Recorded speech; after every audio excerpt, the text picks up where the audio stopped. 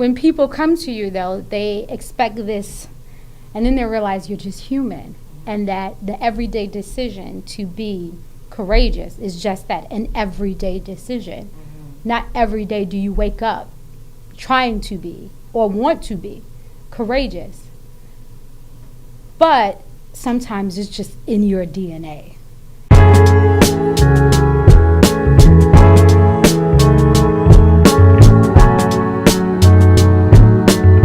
At this time, my family lived on the west side of Chicago, so 1245 North Water, I'll never forget it. And it was a very predominantly black middle-class community, and I just remember seeing kids outside all the time. We were on the street all the time playing in our front yard, on the porch, and so that's probably my fondest and greatest memory at about like 5 or 6 or so. My earliest memories, I guess, of being a black child was I attended Gray Elementary. And Gray Elementary was a diverse school. We actually went to the corner of our house and we took a bus up north somewhere to Gray Elementary. I don't even remember the exact address. And on our block, it was, like I said, pretty much all black people. But at Gray, it was, some of my best friends were Asians and whites and blacks.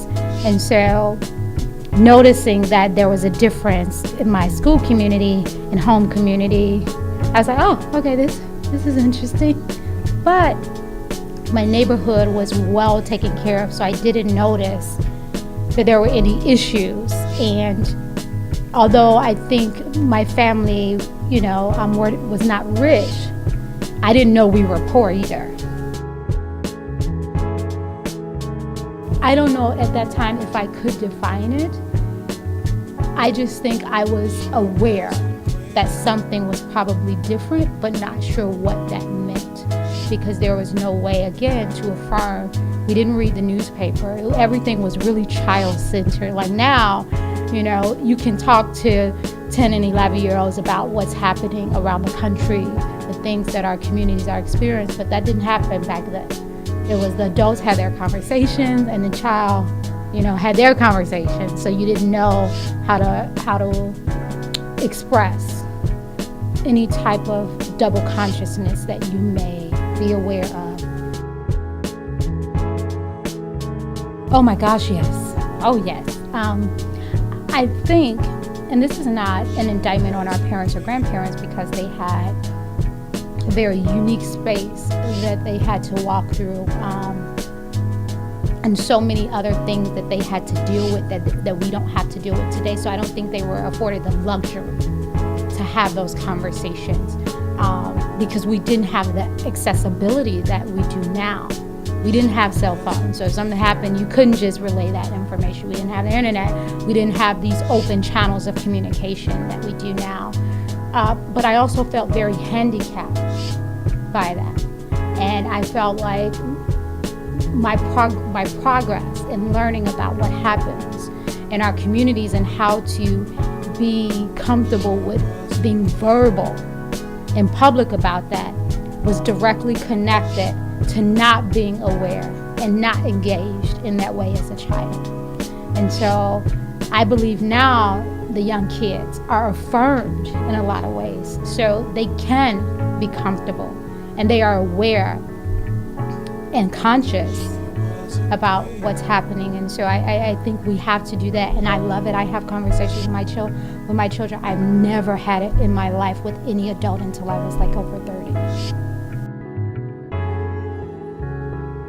I recently, for the second time, cut all my hair off because I wanted to start the natural process over again for the second time. So in that process, I have a 13-year-old who says, oh my gosh, she feels so empowered that I, her mother, cut her hair, that she goes and she cuts her hair.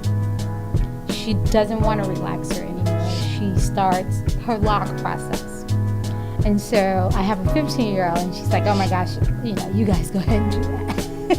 I'm gonna keep doing what I do. She comes to me literally just this weekend and says, Mom, I'm gonna start the natural hair process. It's a really big deal because at that age, I didn't have anybody saying to me, how, one, spiritual your hair journey is.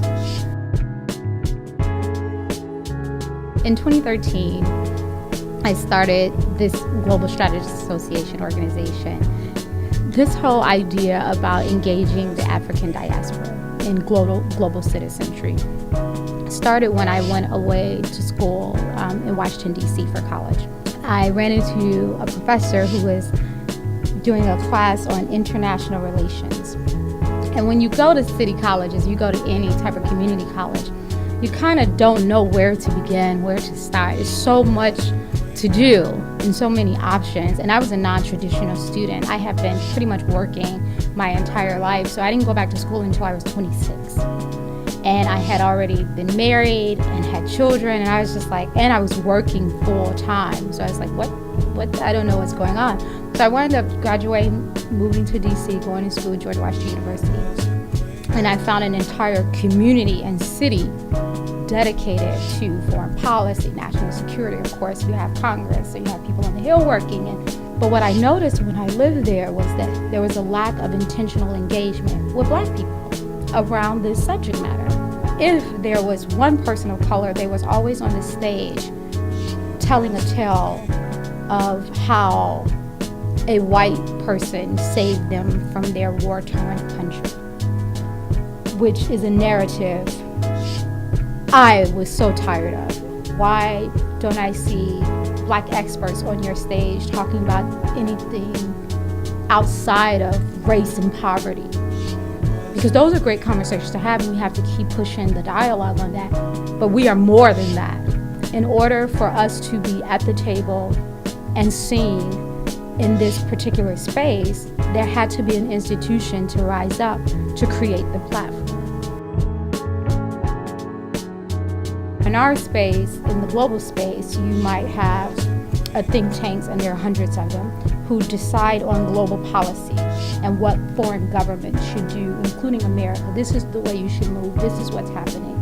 But the people who design that are predominantly white, male, middle-aged, Ivy League educated, have no connection to the vast majority of the people on the ground who happen to be people of color, who are impacted by these global policies.